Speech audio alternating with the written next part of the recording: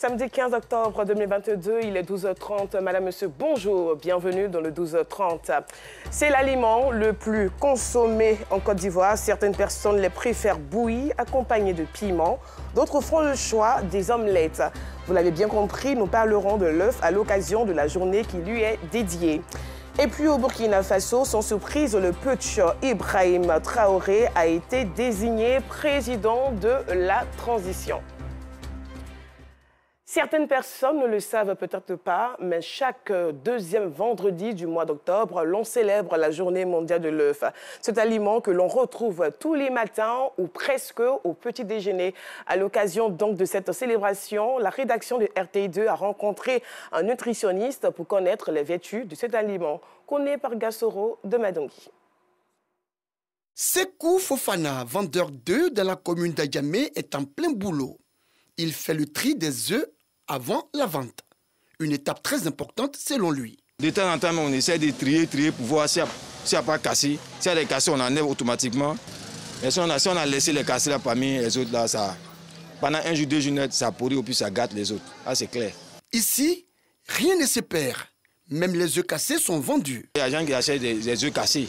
Donc quand les gars viennent, œufs cassés, donc ça, automatiquement, les œufs cassés, là, ça, on enlève ça pour les servir. Bon, quand c'est cassé comme ça, là, si on vend 3 à 250, quand c'est cassé, tu peux vendre ça à 3 à 250. Au moins, 3 au moins à 150, au moins 3 à 200, pour qu'au moins ça puisse partir. L'œuf est un aliment très prisé en Côte d'Ivoire. On le retrouve dans toutes les communes du district d'Abidjan, ainsi qu'à l'intérieur du pays. Dans la commune de Yopougon, au quartier Trois-Rouges, Gisèle, pour le dîner de ses enfants, préfère les œufs. Quand on peut pas les midi comme ça, là, voilà. Je grille les œufs là pour avec attiqué. Ils aiment ça, ils adorent ça. Et puis on m'a dit aussi que c'est bon pour la santé, ça fait grandir. Donc je fais ça souvent pour. Souvent même je fais bouillir pour eux. Ils aiment ça, ils adorent ça même. Toujours au quartier Trois-Rouges, Awa, vendeuse d'œufs, se réjouit de son petit commerce qui bouge. Selon elle, de nombreux clients préfèrent les œufs bouillis accompagnés de piment en poudre. Les œufs, je pars à la gare pour aller prendre une plaquette à 2400. Je vends ça souvent à 2800, 2700. Je vends au moins 2 à 3 plaquettes par jour. Oui, je fais bouillir, je peux bouillir au moins une plaquette, vendre les frais au moins une plaquette. Les gens consomment ça très bien. Ils adorent ça, surtout quand je fais mon piment. En tout cas, les gens apprécient beaucoup. Odile, tout comme Awa, se fait de bonnes affaires avec cette recette exceptionnelle. Le pain avec des omelettes à l'intérieur. Une préparation culinaire à base d'œufs battus, connue sous le nom en Côte d'Ivoire de panini. Les gens viennent, ils achètent les matins, souvent à midi, à la descente. C'est consistant et puis c'est bon pour la santé. C'est rapide, on fait ça rapidement et puis bon, emporter, ils mangent ça sur le tas. Les Ivoiriens, ils aiment beaucoup les œufs, donc en tout cas, dans l'ensemble, on peut dire que ça va, on s'en sort. Les clients d'Odile adorent énormément cette recette. Elle grille bien son œuf, donc chaque matin quand je vais acheter, je me sens un peu soulagée. J'avoue que vraiment l'œuf est bon pour la santé. Voilà pourquoi j'adore cette recette-là. À l'occasion de la journée mondiale de l'œuf, nous nous sommes rendus dans la commune du Plateau au cabinet de Jules Kwasi, nutritionniste, pour nous imprégner des vertus de cet aliment. L'œuf, nutritionnellement parlant, il est riche en vitamines et il est aussi riche en sels minéraux. Il est bon pour tous les enfants, pour tous les jeunes enfants, pour les adolescents, pour les vieilles personnes. Il faut le consommer chaque jour. J'ai toujours dit de consommer un œuf par jour parce qu'il est bon pour tout ce qui est maladie cardiovasculaire. Souvent, les gens disent qu'il ne faut pas manger l'œuf parce que le jaune d'œuf n'est pas bon. Il est riche, effectivement, le jaune d'œuf est riche en cholestérol, mais en bon cholestérol. Il est bon pour libérer, fluidifier le sang. Ceux qui ont le diabète ou bien qui ont un problème de cholestérol familial, il faut manger au maximum 4 à 5 œufs par semaine. Il ne manque pas de nous donner quelques astuces pour faciliter sa consommation. Il faut toujours cuire l'œuf avec du vinaigre et du sel. Vous avez un œuf parfait, un jaune parfait. Il faudrait, souvent on pose la question de savoir, faut-il conserver l'œuf au frigidaire ou non? Oui et non. Parce que normalement, l'œuf ne se lave pas.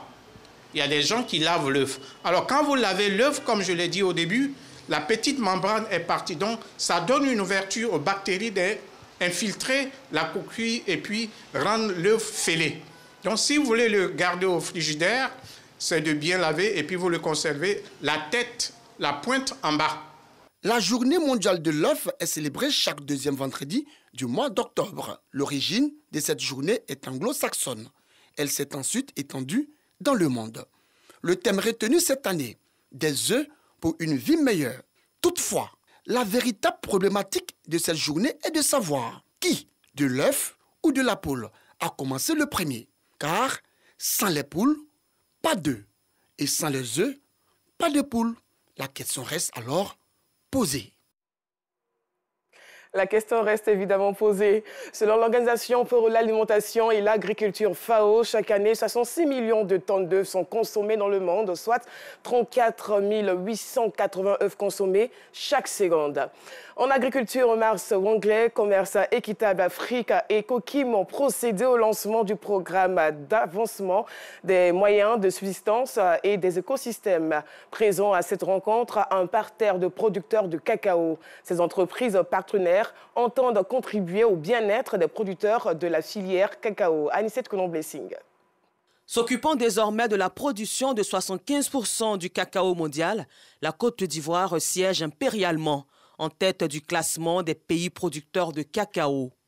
Si la population ivoirienne se réjouit de ce prestige, les producteurs de cacao, eux, doivent encore faire face aux conditions précaires dans lesquelles ils pratiquent leur culture. Pour ces producteurs, d'autres solutions autres que les anciennes méthodes sont à envisager pour améliorer la qualité et la rentabilité de leurs produits.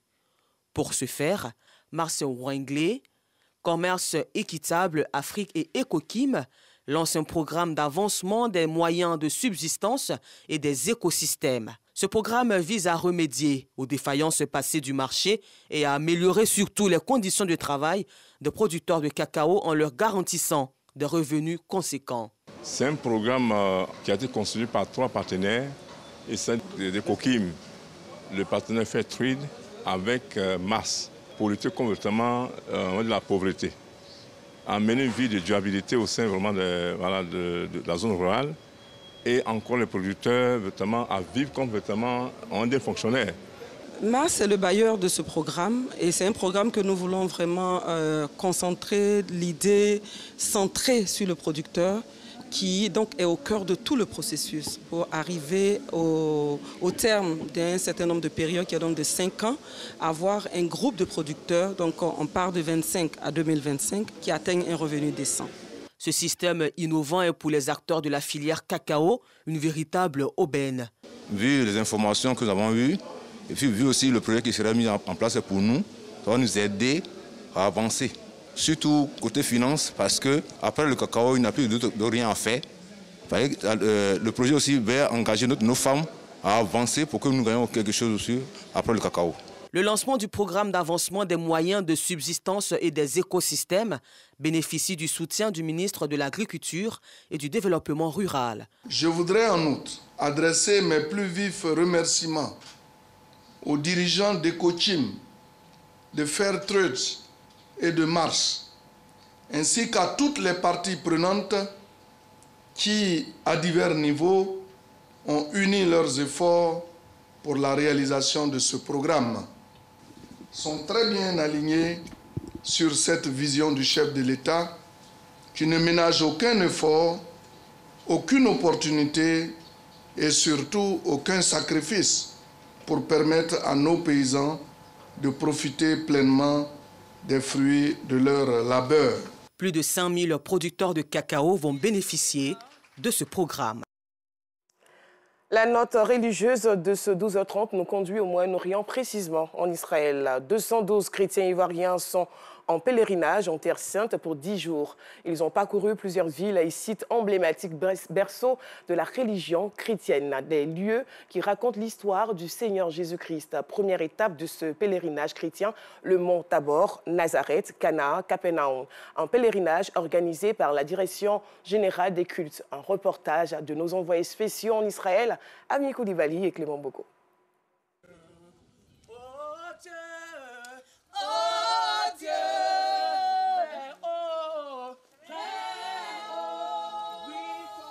Odad vit son rêve, celui de fouler le sol d'Israël, la terre sainte.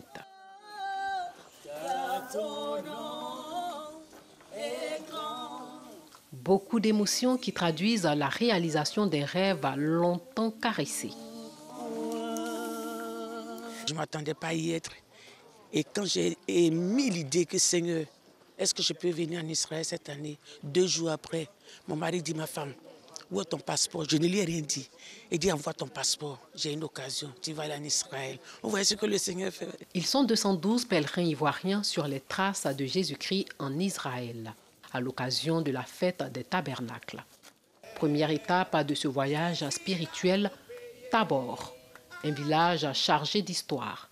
Ce village porte le même nom que la montagne qui l'a rendu célèbre, le mont Tabor. C'est ici que Jésus-Christ fut transfiguré. Jésus prit avec lui Pierre, Jacques et Jean, son frère, et il les conduisit à l'écart sur une haute montagne. Il fut transfiguré devant eux. On vit son visage resplendir comme le soleil et ses vêtements devinrent blancs comme la lumière. À quelques minutes du village de Tabor, la ville de Nazareth, la ville où a grandi Jésus-Christ. Ce qui lui a valu l'appellation de Jésus-Christ de Nazareth. C'est ici que vivait sa mère Marie, précisément dans ce lieu érigé aujourd'hui en église, l'église de l'Annonciation. Le nom de la Vierge était Marie. L'ange entra chez elle et dit, « Je te salue, toi à qui une grâce a été faite. Le Seigneur est avec toi. » Troublée par cette parole, Marie se demandait ce que pouvait signifier une telle salutation. L'ange lui dit, « Ne crains point, Marie, car tu as trouvé grâce devant Dieu. Et voici, tu deviendras enceinte et tu enfanteras un fils et tu lui donneras le nom de Jésus. » Toujours à Nazareth, en Galilée, se trouve le mont du précipice, le symbole de la victoire de chaque chrétien sur ses ennemis. Ici, nous avons un lieu de châtiment, un lieu de jugement. Le jugement et le châtiment est applicable à celui qui a péché. Mais celui qui n'a pas péché, on ne peut pas lui appliquer le châtiment. Le Seigneur Jésus-Christ n'a pas menti. Et c'est pour cela donc qu'on ne pouvait pas le précipiter. Un jugement sans fondement, une condamnation sans fondement ne peut pas être appliquée.